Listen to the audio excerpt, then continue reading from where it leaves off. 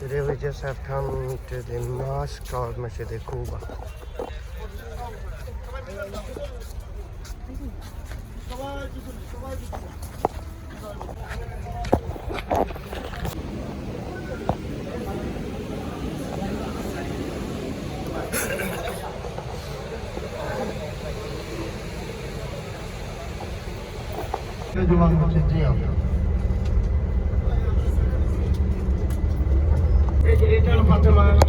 আবু বকর রাদিয়াল্লাহু তাআলা সাইয়্যিদুনা হযরত আলী সবাই তো দেখছেন না ডান দিকে তাকায়া এটা হলো খন্দকের শেষ 7 মসজিদ অত্যন্ত পরিচিত এটা গাড়ির জানানো যায় না বাকি নিষেধ সবাই একটু ডানের দিকে তাকায় মসজিদগুলো আমরা দেখে নিই এর নিচে দিয়ে খন্দকের খাল খনন ছিল অনেক লম্বা মদিনার দিকে খাল খনন করে রেখেছিল তো আমরা এখন 2 রাকাত নামাজ পড়ছি জোহর বা আসরের নামাজ 2 রাকাত পড়ছি 2 রাকাত রাসূল সাল্লাল্লাহু আলাইহি সাল্লাম নামাজের ভিতরেই করে দেওয়াইছেন মসজিদে হারামের দিকে আপনারা কি আমার কথা বুঝতে পারছেন রাসূলের সাথে সাথে সাহাবারাও করে দেওয়াইছেন এবং এই জন্য এই মসজিদের নাম হলো কিবলাতাইন Now we are here today in Masjid Qiblatayn.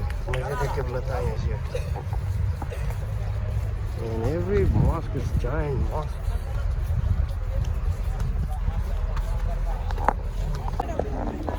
Masjid Qiblatayn. Women prayers all this way. Mana ayo ang samne tayo.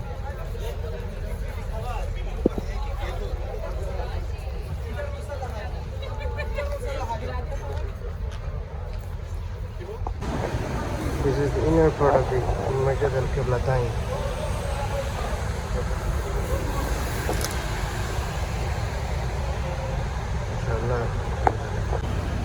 So everybody was watching through this way, and I wasn't sure why people were looking through that way in the Masjid al-Qiblatayn. So this was the direction of first Qibla was toward the Masjid al-Aqsa.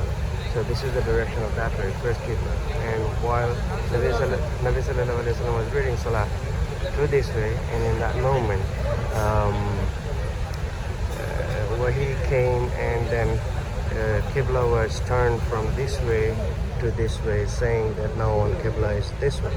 Because Nabi Sallallahu Alaihi Wasallam's desire was once, most of the time, Nabi Sallallahu Alaihi Wasallam used to pray to Allah Subhanahu Wa Ta'ala by looking at the sky, saying that, Ya Allah, make the Qibla toward the Kaaba.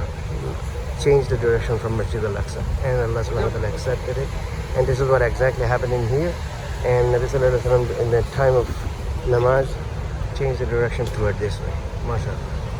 That's the main idea and the main situation in here. That's why I just call it Masjid al-Qiblatayn.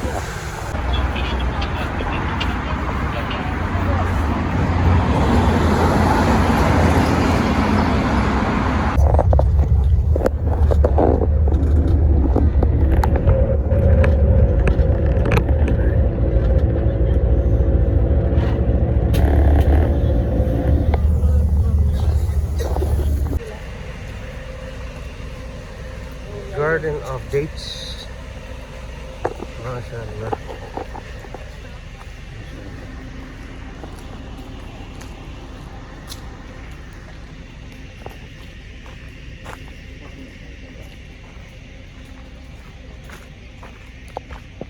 The fruiting system for the date tree is they cut down the branches from the very bottom so that they can grow up. And this is how they have to do it.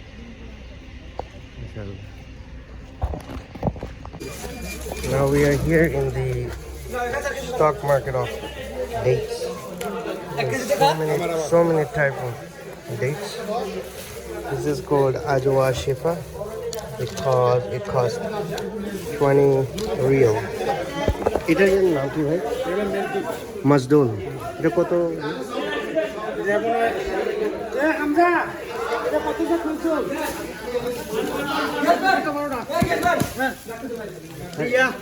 এটা কত? সবুজ ভাই না এটার নাম কি? এটার নাম কি? এর নাম হচ্ছে মরিয়ম। মরিয়ম কত করে? এই মোল্লা ভাই না মরিয়ম কত করে দিছেন? 30 টাকা। 30 টাকা করে। এটা 25 দিছি, সব 25 দিছি। এটা আছে 20 টাকা, এটা 20 টাকা। এটার নাম কি? এটা হচ্ছে সাহাল বলে আরবিতে। সাহাল। হ্যাঁ, আমরা বিসি সারা বলে সবাই চিনি, এটা ভিতরে বিসি নেই। আর এটা হচ্ছে মাজুল এটা হচ্ছে মেজদ। 25। শিফা। এটা আজওয়াল শেফা। শিফা। এটা 20 টাকা। আর এটা হচ্ছে এটা হচ্ছে আম্বার 25 টাকা। আম্বর 25 টাকা। এটাও বিচি ছাড়া 10 টাকা কেজি। 10 টাকা। এটা আম্বার 35 টাকা। 35। এটা বাংলায় বলে কলমি, আরবিতে বলে সাফাবি। ঠিক আছে? আচ্ছা কত? এটা 15 টাকা কেজি। 15? এটা সুগাই 10 টাকা কেজি। 10 টাকা। এটা হচ্ছে সেলিফি মরিয়ম মরিয়ম। 10 টাকা কেজি। এটাও মরিয়ম 10 টাকা। মাশাআল্লাহ মাশাআল্লাহ মাশাআল্লাহ। এখানে বিভিন্ন ধরনের খেজুর আছে অনেক। জি মাশাআল্লাহ 30-35 আইটেমের খেজুর আছে। মাশাআল্লাহ। How many dates you can eat? You eat from here. MashaAllah. Subhanallah. This entire place is covered with lots of dates, different type of dates, and different type of quality, different type of taste, and also different type of texture. Subhanallah. Subhanallah. Yeah, this is called wastage. So many dates they have thrown out. They have thrown out. Oh my God. Yeah, this is what exactly happened because this is the place for where the production is just growing up, and sometimes they cannot sell it, so they do such thing like that. MashaAllah. وعلى آل إبراهيم إنك حميد مجيد. সম্মানিত মুজাহিদিন, আমরা এখন উহুদের প্রান্তরের দিকে রওনা হচ্ছি।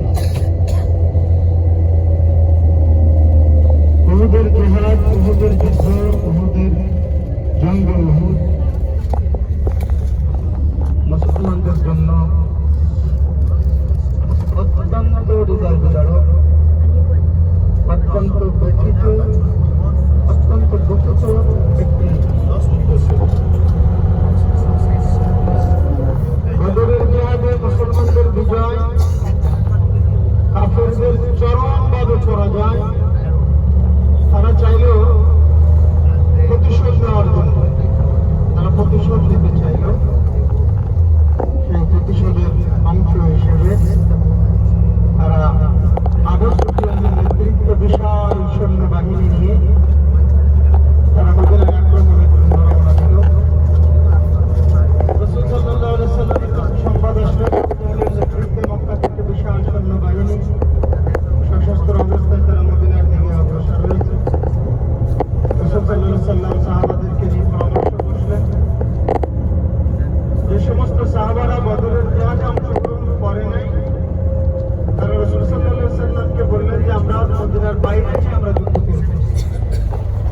রাসূল সাল্লাল্লাহু আলাইহি ওয়াসাল্লামের মত ছিল যুদ্ধ করবে মদিনার ভিতরে। যারা বদরের জিহাদে অংশগ্রহণ করবে তারা দেশের সাথে বললেন যে আমরা বাইরে থেকে যুদ্ধ করব। কিছু কিছু সাহাবা তারা বললেন যে ভিতরে করে বলো। তার ভিতরে আপনারা জানেন আব্দুল্লাহ ইবনে উবাই মুনাফিক সর্দার, সে বলল যে মদিনার ভিতরে যুদ্ধ করা ভালো। রাসূল সাল্লাল্লাহু আলাইহি ওয়াসাল্লামের মত অপেক্ষা করে কিছু সাহাবা উহুদের পাহাড়। উহুদের যুদ্ধে মুসলমানদের অবস্থান ছিল উহুদ পাহাড়কে পিছনে রেখে ওই দিকে মুখ করে তারা দাঁড়িয়েছিলেন। উহুদ পাহাড়কে পিছনে রাখার কারণ হচ্ছে যেন পিছন দিক থেকে কেউ আক্রমণ করতে না পারে। ওই সময় ওই যুগে এতটা ক্ষমতা কারো ছিল না যে উহুদ পাহাড়কে অতিক্রম করে এসে আক্রমণ করে। এই জন্য রাসূল সাল্লাল্লাহু আলাইহি ওয়াসাল্লাম প্রথমে নিজের মুসলিম বাহিনীকে নিরাপত্তার চাদরে ঢেকে ফেলেন। উনি পিছনে রাখেন উহুদের পাহাড়, আর হাতের বাম পাশে থাকে এই ছোট পাহাড়টিকে বলে জাবালে রুমান বা তীরন্দাজদের পাহাড়, আবার এটিকে জাবালে আইনাইনও বলে। তো জাবালে রুমান বলার কারণ হচ্ছে এখানে এই পাহাড়ে রাসূল সাল্লাল্লাহু আলাইহি সাল্লাম 50 জন দক্ষ তীরন্দাজ সাহাবীকে নিযুক্ত করেছিলেন আর বলেছিলেন যে আমার নির্দেশ না দেওয়া পর্যন্ত কেউ পাহাড় থেকে নিচে নামবে না। তো যুদ্ধের শুরুতে যখন মুসলমানরা বিজয়ের দ্বার প্রান্তে ছিল, কাফেররা পালিয়ে যাচ্ছিল, ওই সময় পাহাড় থেকে 50 জন থেকে 40 জন নিচে চলে আসেন, আর অবশিষ্ট থাকে 10 জন। আর এই সুযোগে সদ্ব্যবহার করেন খালিদ ইবনে ওয়ালিদ রাদিয়াল্লাহু তাআলা আনহু। তিনি উহুদের যুদ্ধের সময় কাফেরদের হয়ে লড়াই করেছিলেন, তিনি ইসলাম ধর্ম গ্রহণ করেন। তো তিনি এই পাহাড়ের পিছনে লুকিয়েছিলেন। তিনি যখন দেখলেন 40 জন নিচে নেমে গেছে, তিনি মুসলমানদেরকে পিছন দিক থেকে আক্রমণ করলেন। তো কাফেররা পিছনে পালিয়ে যাচ্ছিল, মুসলিমরা তাদের পিছনে পিছনে। এখন এসে আবার পিছনে যোগ হয়েছে খালিদ ইবনে ওয়ালিদের বাহিনী। অর্থাৎ মুসলমানরা একটি মাঝামাঝি একটি অবস্থায় পড়ে যায়। তাদের সামনে মূল কুফার বাহিনী, পিছনে হচ্ছে খালিদ ইবনে ওয়ালিদের বাহিনী। শুরু হয় ভয়াবহ সংঘর্ষ। এক পর্যায়ে রাসূল সাল্লাল্লাহু আলাইহি সাল্লাম একাকী হয়ে পড়েন। উনি একটি গর্তের মধ্যে পড়ে যান, ওনার মাথায় এবং মুখে আঘাত লাগে, ওনার দাঁতার মুবারক শহীদ হয় এবং রাসূল সাল্লাল্লাহু আলাইহি সাল্লামের চাচা হযরত হামজা রাদিয়াল্লাহু তাআলা আনহু সহ 70 জন সাহাবে কেরাম এই যুদ্ধে শাহাদাত বরণ করেন, যাদের কবরগুলো এই বাউন্ডারির ভিতরে। এই যে দেখা যায় বাউন্ডারি, এই বাউন্ডারির ভিতরে আমরা ওই জায়গায় যাবো ইনশাআল্লাহ। গিয়ে আব্দুর রাদিয়াল্লাহু তাআলা আনহু, মুসআব ইবনে উমাইর, আব্দুল্লাহ ইবনে জাহাজ, তাদের কবরগুলো আমরা দেখব, তাদের মর্যাদা বৃদ্ধির জন্য দোয়া করব। তারপরে আলামিন ভাইয়ের নেতৃত্বে আমরা দোয়া করে ইনশাআল্লাহ আমাদের গাড়িতে আমরা ফিরে যাব ইনশাআল্লাহ। এই কবর আব্দুল্লাহ ইবনে জাহাজ, মুসআব ইবনে উমাইর রাদিয়াল্লাহু তাআলা আনহুদের কবর এখানে। আমরা সালাম দিই, আসসালামু আলাইকুম ইয়া আহলাদ দিয়ারি من المسلمين والمؤمنين وإنا إن شاء الله بكم لاحقون نسأل الله لنا ولكم العافية. السلام عليك يا سيد الشهداء حمزة عم رسول الله. السلام عليك يا مصعب بن عمير. السلام عليك يا عبد الله بن جحش رضي الله تعالى عنهم أجمعين. اللهم صل على سيدنا محمد وعلى آله وأصحابه وبارك وسلم. اللهم صل على سيدنا محمد وعلى آله وأصحابه وبارك وسلم.